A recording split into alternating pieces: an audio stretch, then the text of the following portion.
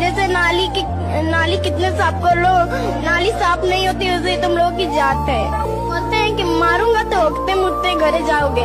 बोलते हैं तुम लोगों के ऊपर थूकना चाहिए। हम लोग को बोलते हैं कि तुम लोग कभी नहीं सुधरोगे, नहीं तो तुम्हारी कभी जात सुधरेगी, नाली के कीड़े जैसे तुम्हारी जात है चमरोटी, ऐसे ऐसे बोलते हैं।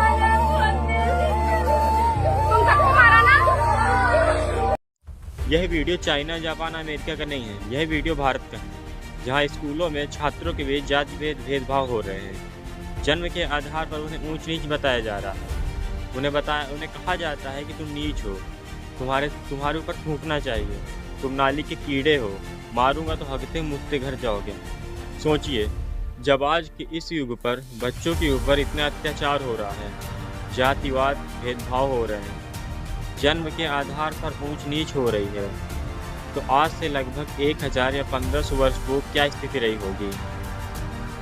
हिंदू धर्म में बच्चियों को लक्ष्मी का रूप बताया गया है। अगर वही लक्ष्मी शूद्र के घर में पैदा होती है, उसे लक्ष्मी नहीं, जातिवाचक गालियाँ दी जाती हैं। उसे कहा जाता है कि तुम नाली के कीड़े हो, तुम्हारे ऊपर थूकना चाहिए।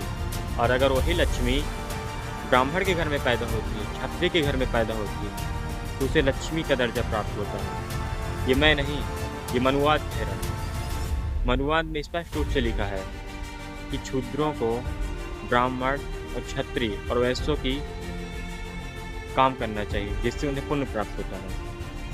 ऐसा कौन सा ग्रंथ है जिसने ऐसे शब्द लिखे हैं, और ये किसने लिखा है? मनुवाद एक नफरत जैसी भाषा बोल रहा है। आइए बात करते हैं मनुस्मृति की। मनुस्मृति में बताया गया है कि समाज के 4 वर्णों में बांटा गया था: ब्राह्मण, क्षत्रिय, वैश्य और शूद्र। जिनमें से ब्राह्मण का काम था पूजा पाठ कराना, क्षत्रियों का काम था धर्म के प्रति लड़ना और प्रजा की रक्षा करना, वही वैश्य का काम था व्यापार में वृद्धि करना, और शूद्रों का काम था साफ सफाई करना। मनुस्मृति में कहा गया कि ब्राह्मण ब्रह्मा जी के मुख से, इसीलिए वो सारे जगत के स्वामी है। वो इस धरती पर उत्पन्न सारे पदार्थ खा सकते हैं। वो वेद, पुराण, शास्त्र का पाठ करते हैं, इसीलिए वो जगत के प्रभु हैं। और उन्हें स्पष्ट रूप से ये भी लिखा है कि धर्मशास्त्र का ज्ञान सिर्फ वेद, पुराण, क्षत्रिय और ब्राह्मण कर सकते हैं। क्यों? क्या धर्मशास्त्र का ज्ञान कोई वैश्य, शूद्र नहीं कर सकता? मनुस्मृति की बातों से साफ प्रतीत होता है कि पहले के युग में एक वैश्य और शूद्र लोगों को शिक्षा और धर्मशास्त्र जैसे शास्त्रों से कितना दूर रखा जाता है। कितना भेदभाव, जातिवाद और न जाने कैसी कैसी प्रथाएं चलती थी।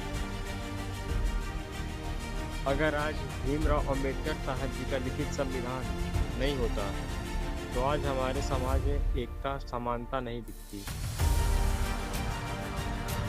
और ना ही हमें शिक्षा का अधिकार मिलता। अगर वीडियो अच्छा लगा हो तो आप लोग लाइक, कमेंट और सब्सक्राइब कर सकते हैं।